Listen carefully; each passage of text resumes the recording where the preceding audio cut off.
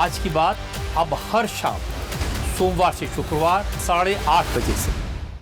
राम मंदिर चंदा चोरी के आरोपी टिन्नू यादव ने एक वीडियो जारी कर अपनी सफाई दी। टिन्नू यादव ने बताया कि आखिर इतना पैसा उसके पास कहां से आया। मेरे पास इतना पैसा कहां से आया इसके बारे में बता रहा हूं।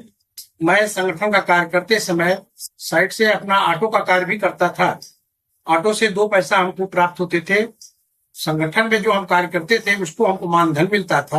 ऑटो से जो हमको इनकम होती थी वो सब पैसा मैं इकट्ठा करके 2008 में हमने ये जमीन खरीदा। 2015-16 में हमने उस भवन का निर्माण कराया। 2019 में निर्णय आने के पहले हमारा मकान बन के तैयार हो गया था। हमारा आमदनी का जरिया था।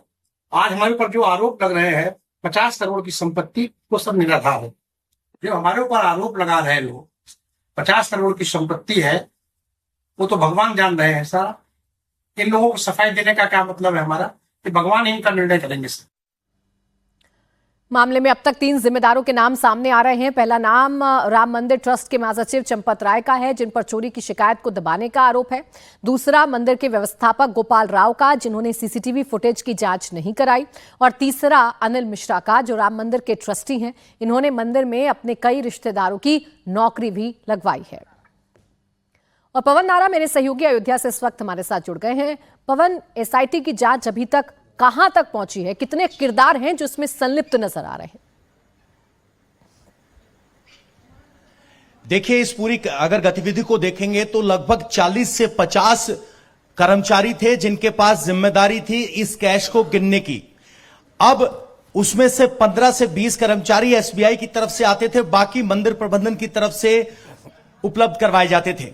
इस वक्त मैं जहां मौजूद हूं टिन्नू यादव का घर है।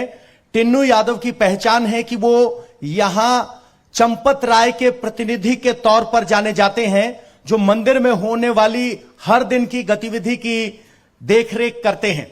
उन पर आरोप लग रहे हैं कि वो इस चंदा चोरी में शामिल थे। इस वक्त मैं उनके घर पर हूं। ये उनका मूल निवास स्थान है, जो कि लगभग 25 गज से ज्यादा में नहीं होगा, लेकिन इससे बाहर 2 बिस्वा में उन्होंने एक घर बनाया, जिसको लेकर सवाल किए गए तो उन्होंने दावा किया कि 2018-19 में उन्होंने एक घर बना लिया था। लेकिन आज की बड़ी खबर यह है कि एसआईटी आज टिन्नू यादव से बात कर रही है। उनकी पत्नी भी मीडिया के सामने आई और अपने पति के निर्देश होने का दावा किया।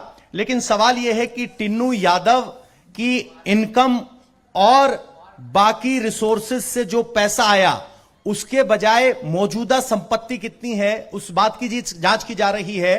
पूछताछ के अलावा एसआईटी की सोच इस बात पर भी है कि जो किरदार हैं उनकी ट्रांजैक्शन क्या है। गोपाल राव का जिक्र किया जा रहा है, वो मंदिर के व्यवस्थापक के तौर पर थे। उनके ऊपर मंदिर की डे टू डे व्यवस्था की जिम्मेदारी थी। चंपत राय के प्रतिनिधि के तौर पर टिन्नू यादव वहां होते थे। तो ये कुल 4 किरदार जो सामने आ रहे हैं, ये सिर्फ 4 किरदार नहीं है, इसका दायरा कहीं ज्यादा बड़ा है। और स्थानीय लोग कहते हैं कि लूट के माल के बंटवारे को लेकर यह झगड़ा हुआ। इससे पहले एक बैंक के अधिकारी थे जो बाद में यहां पर काउंटिंग में आए। उन्होंने 2022 में चंदा चोरी की शिकायत ट्रस्ट के लोगों को की, लेकिन उनमें जो संत प्रकार के लोग थे उन्होंने कहा राम ही फैसला करेंगे। तो राम को फैसला करने में 3 साल का वक्त लग गया और अब राम का फैसला हुआ है तो नाम सामने आए हैं। उम्मीद की जानी चाहिए कि राम के भरोसे ना बैठकर जांच में कुछ और सामने आएगा। राम की लूट सुनी थी, लेकिन ये तो राम के चंदे की लूट है जो राम मंदिर के अंदर पवन की जा रही थी, और इसे बड़े साफगोई से छिपाने की कोशिश भी की गई। लेकिन अब ये सबके सामने है, जांच हो रही है। शुक्रिया आपका पवन, तमाम जानकारी के लिए। अब देखिए, राम मंदिर ट्रस्ट से जुड़े बड़े बड़े लोगों पर उंगली उठ रही है, इसलिए इस बात पर सियासत भी तेज हो गई है। अखिलेश यादव ने कहा कि अब तो गोबर से भी चोरी की रकम निकल रही है।